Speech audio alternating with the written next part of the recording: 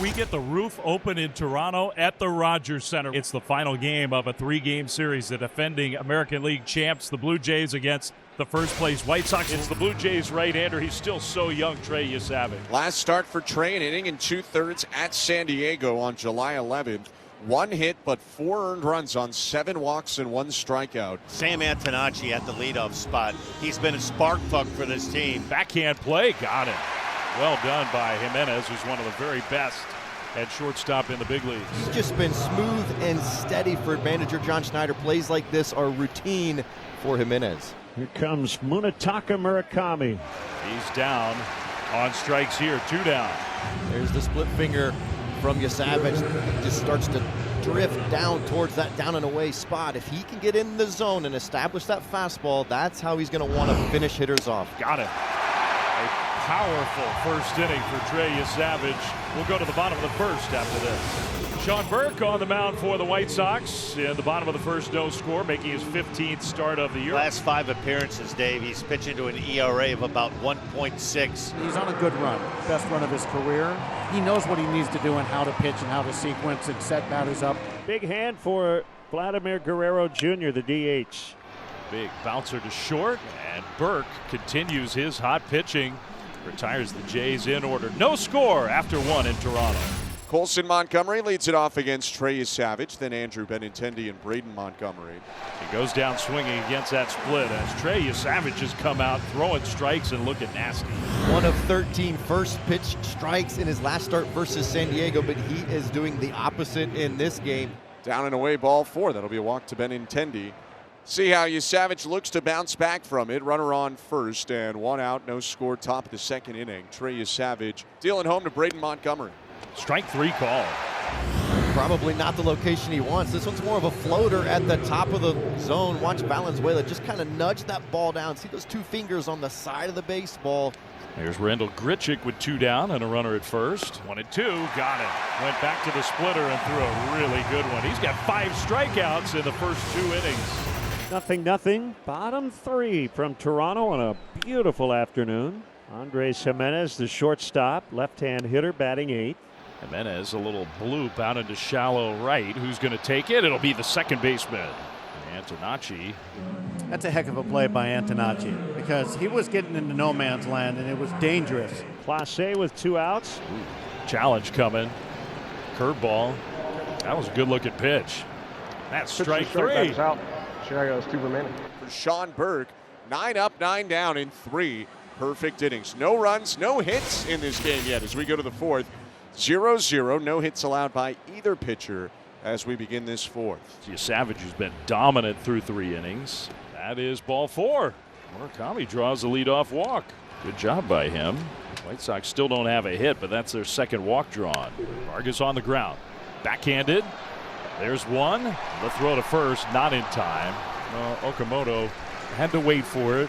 Did not make a great throw to second. That took away any chance for a double play. You'll take that if you're Trey Yesavage after falling behind 3-0 to Vargas. For the young shortstop Colson Montgomery. He rips that one past the lunging attempt of Keys and into right field. Vargas is going to go all the way around to third. There's the first hit of the game for the White Sox and the first real scoring opportunities. And they're at the corners with 1 out for Benintendi. Benintendi goes after the first pitch. That should be plenty deep enough. Varsho catches. Vargas tags. The throw is going to get cut off. And that's the first run of the game. The Sox are on the board. Yeah, good piece of hitting there by Benintendi. You want to try to get the ball in the air with first and third. Stay out of that double play. Gets a ball that's elevated and is able to lift it to center field deep enough to drive in the first run. Into center field. It goes for a base hit for Braden Montgomery. Colson Montgomery into second, and it's 2 on with 2 out. That one hit hard to center field, but Varsho is there. That's out number 3. White Sox, though, get a run and take a 1-0 lead. Sean Burke now working with a 1-0 lead. 9 up, 9 down to start the game for Sean. Hits that one pretty well to left field. All the way back in front of the wall. A leaping catch made by Grichuk. Out number 1.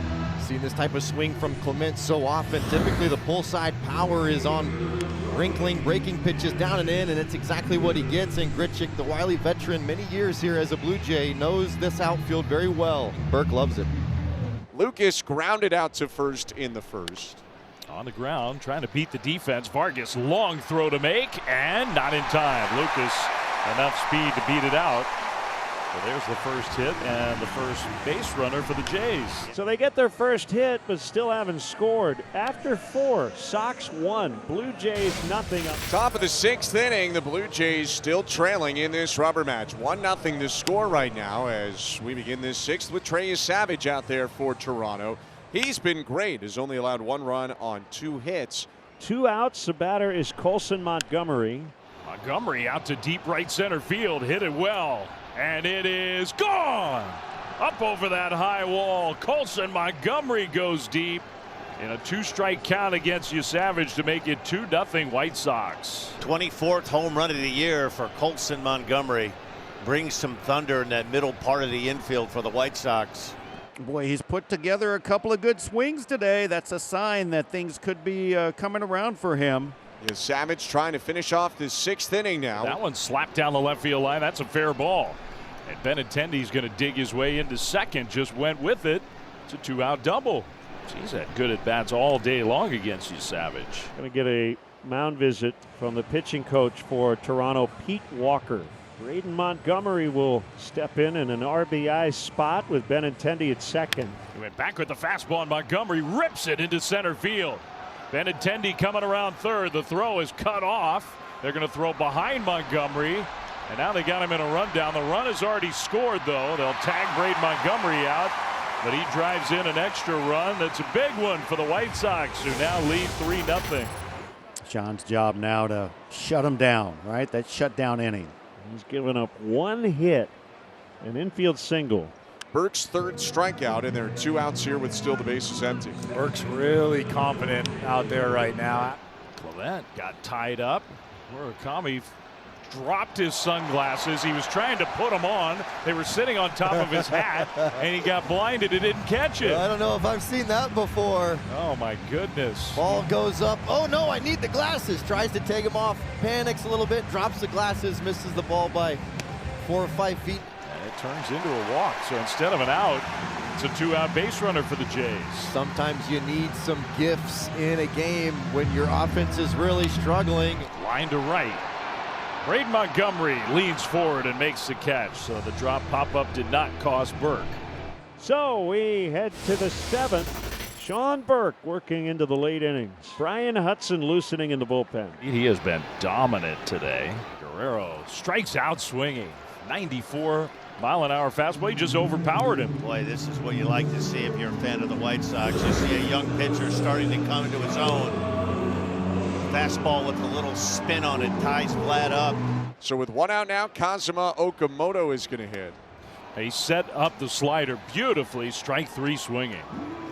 Boy, terrific sequence of pitches from Sean Burke.